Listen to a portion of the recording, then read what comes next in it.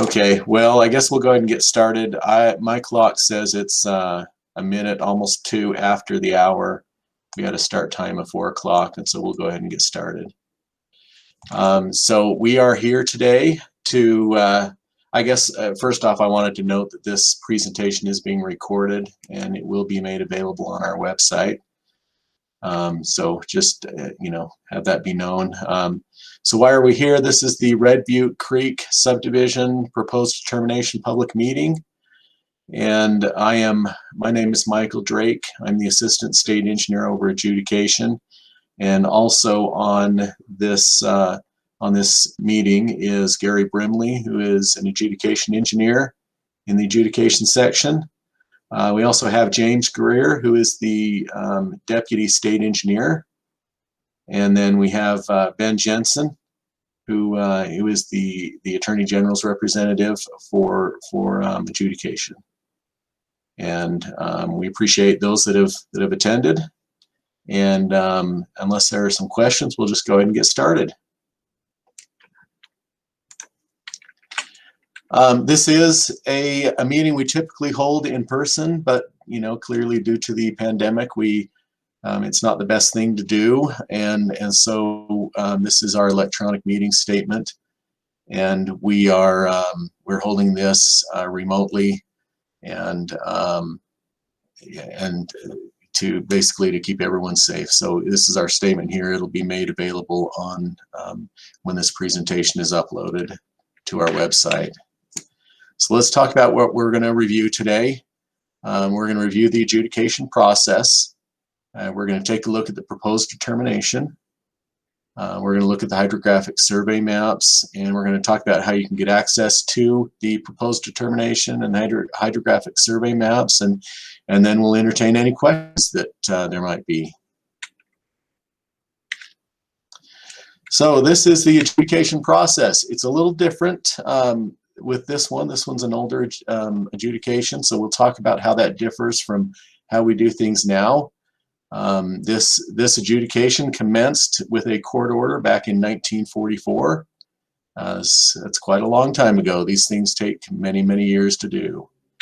And we began this subdivision, the Red Butte subdivision, back in October of 2014 with a notice and then a subsequent summons in November of 2014. And a public meeting was held in February of 2015.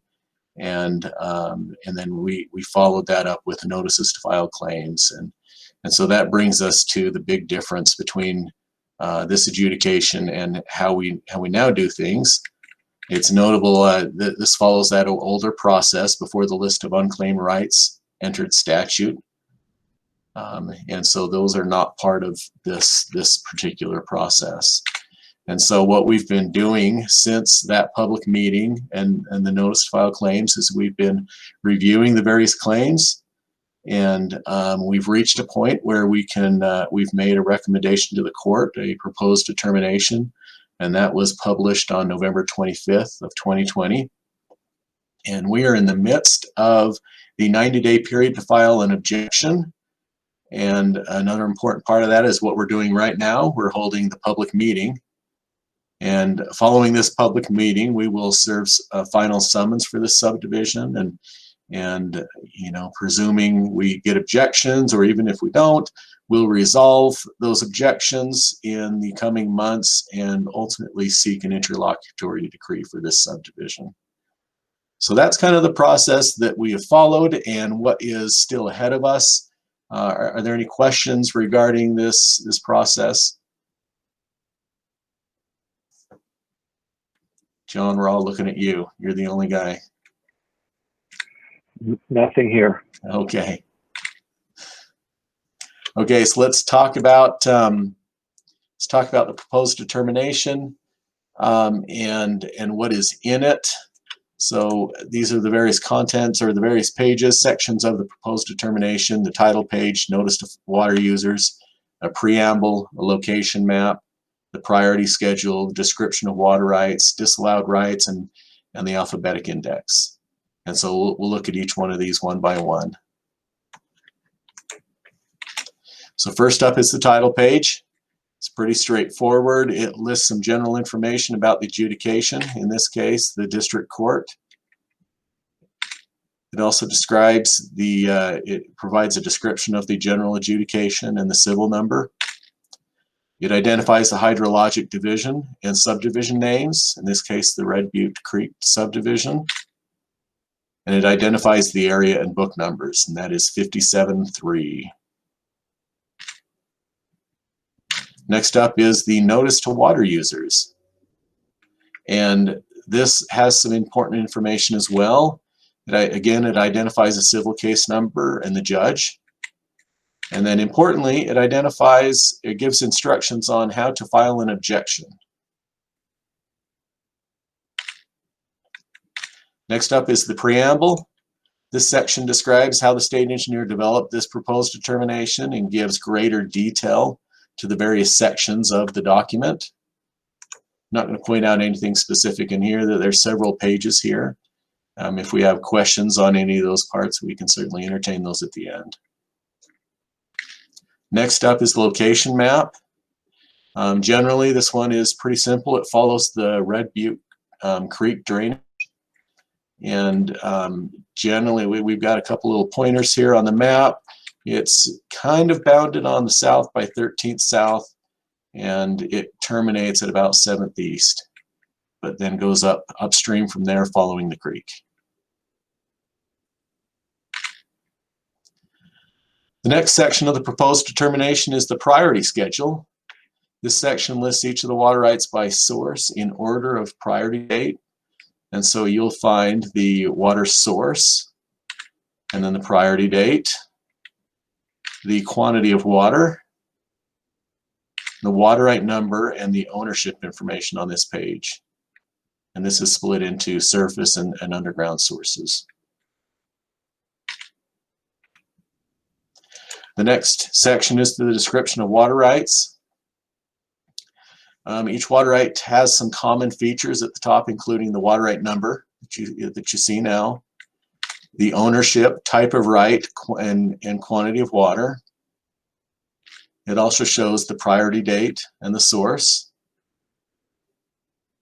And then moving on, we get the point of diversion.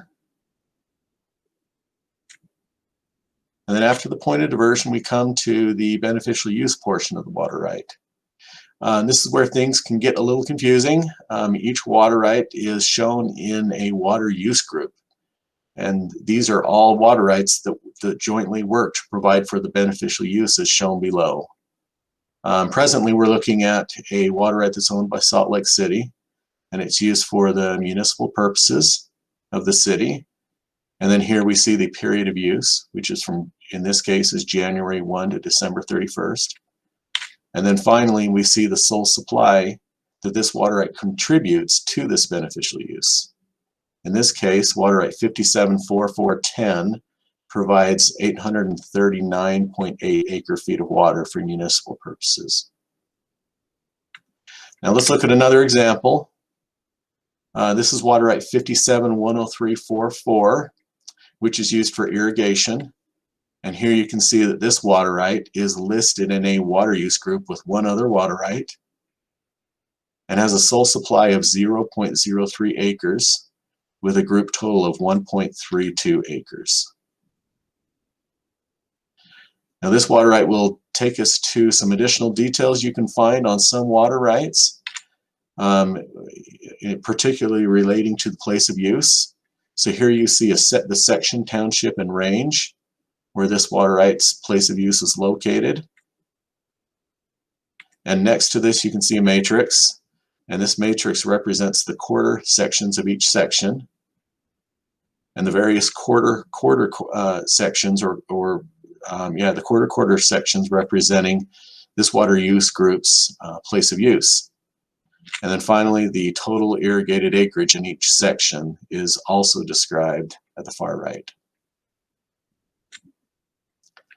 All right, moving on to the next section of the proposed determination, we have the forfeited rights. This is a listing of rights that have been forfeited. There is just one water right listed in the Red Butte proposed determination, and they're described in a similar manner that we've seen elsewhere. water right number, owner of record, and points of diversion and source. And then moving on to the next section is the invalid claims section. And this follows the same pattern we saw previously. The water right number is listed, the owner of record is listed as well, and the point of diversion and source is described.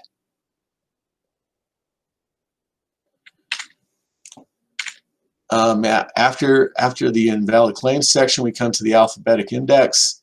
It's provided for your convenience in working with proposed determination.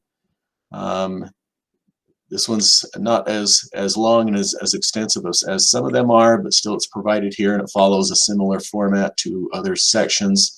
The owner of record is indicated, the source is given, the water right number is given, and the page where you can find that water right is given as well.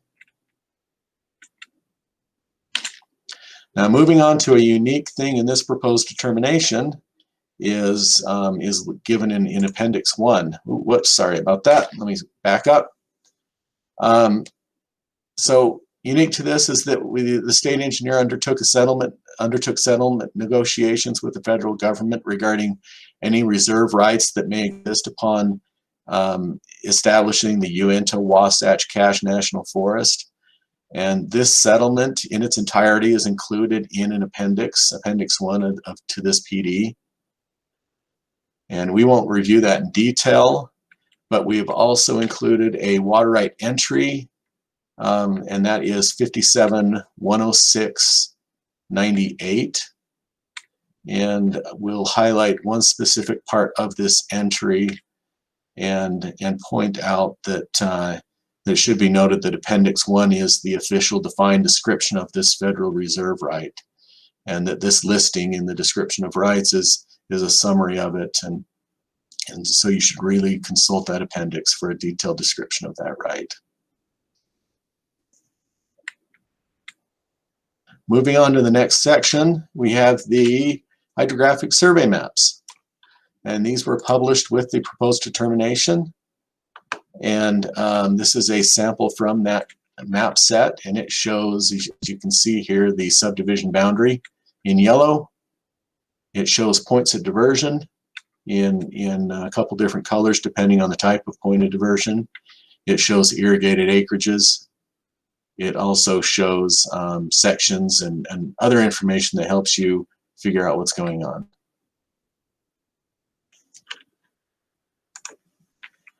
All right, so let's talk about accessing the proposed determination.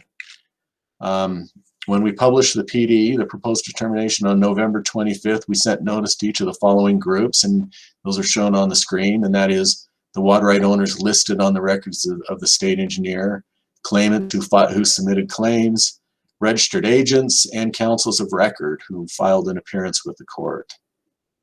And so for all others, the proposed determination can be accessed online at our website, and the links to find this are on the screen right now. And the hydrographic survey map can be accessed online as well, and so you can see those two links. Hard copies can be of the proposed determination can be printed at our office for a fee, and they're also filed at the district court. And then hard copies of the map can be viewed in our office. Now we're reaching the end of this presentation. This is where we can give you our contact information if you have any questions. Again, my name is Michael Drake. I'm the Assistant State Engineer. You can email me. My email address is on the screen, michaeldrake@utah.gov. Another good point of contact is Gary Brimley, who's also on this meeting, and his email address is garybrimley@utah.gov. And you can definitely use our general contact information to get in contact with us as well. So with that, we've reached the end of this public meeting, and we'll open it up to any questions that there might be.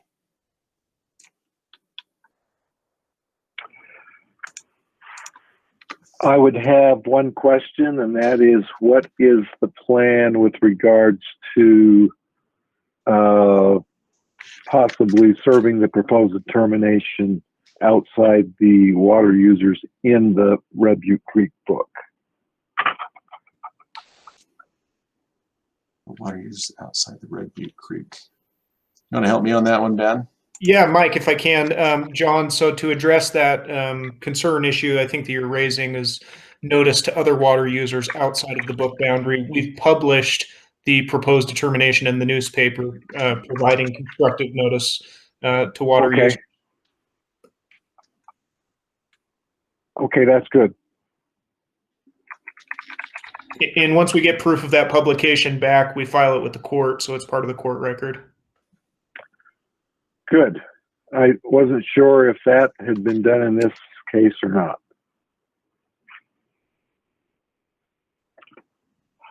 So I don't have any further questions. Very good. Well, being that you're the only attendee outside of our staff members, then that I would presume that that's the end of our questions. And so with that, we'll bring this to a close. I will stop the recording. And thank you very much for attending. Thank you for accommodating me.